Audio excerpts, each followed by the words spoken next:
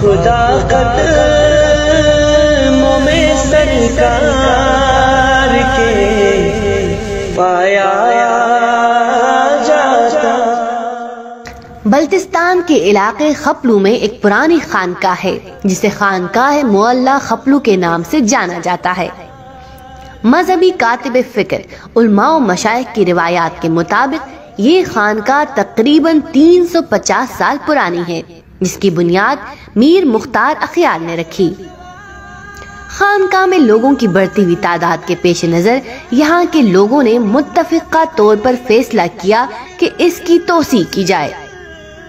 سن 2002 میں 6 ممبران پر مشتمل ایک کمیٹی تشکیل دی گئی اور یوں توسیع کا کام شروع ہوا۔ تھوکسی سے لے کر گربوں تک، حتیٰ کہ پائن اور خپلو کے ملحقہ علاقوں سے لوگ اپنے کھانے پینے کی اشیاء اور مختلف اوزار لے کر آئے اور اس کار خیر میں بڑھ چڑھ کر حصہ لیا۔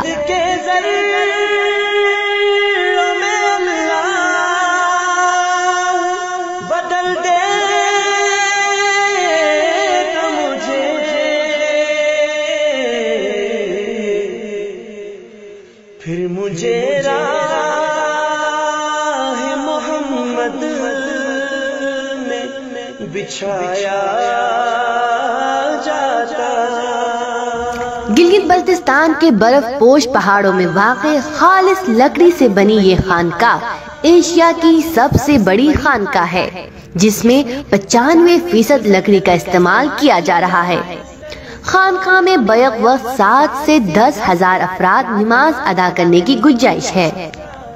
5 بڑے دروازوں پر مشتمل مشرق مغرب 100 فٹ جبکہ شمال اور جنوب کی جانب 164 فٹ رقبے پر لگائی جا رہی ہے، جس میں 24 مختلف اقسام کے پنجرے، 6 ختماری، 12 چلا خانے جبکہ 40 ستون اور 1 چمن ہے۔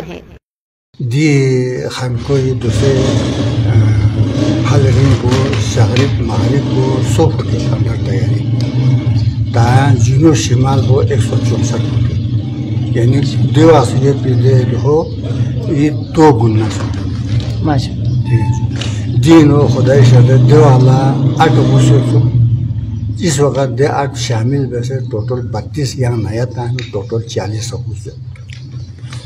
اچھا دیوالا دین اس گو خسن ویسو دوسرے خدا کے فضل پنچتن کے نام سے اس گو آغا ویسے دی اس گو آغا ویسے علاوہ دی لزب دو توختی کے نکھر وہ گربوں تک ایون پائل لانا سا من اونفین اپنی مدد آبی تحت۔ مساجد، مدرسوں اور خانقاہوں میں آرائش و زیبائش کے لیے لکڑی کا استعمال اسلامی فن تعمیر کی ایک دیرینہ روایت ہے۔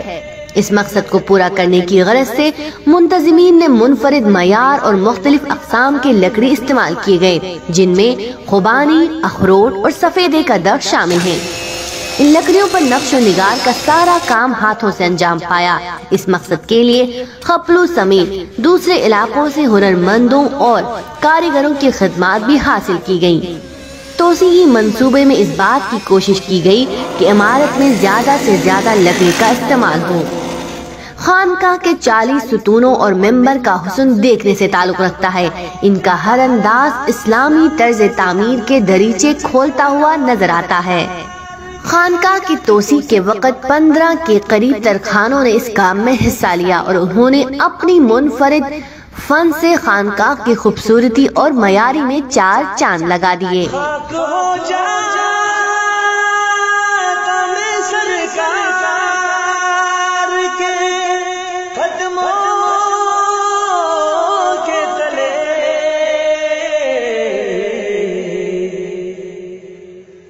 خاک کو خاک مدینہ میں ملایا جاتا۔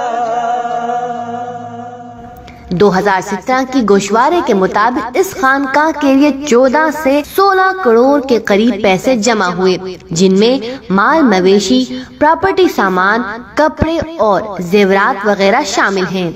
اس وقت خانقاہ اپنی تعمیر کے آخری مراحل میں داخل ہو چکی ہے۔ پھر مجھے راہ محمد بچھایا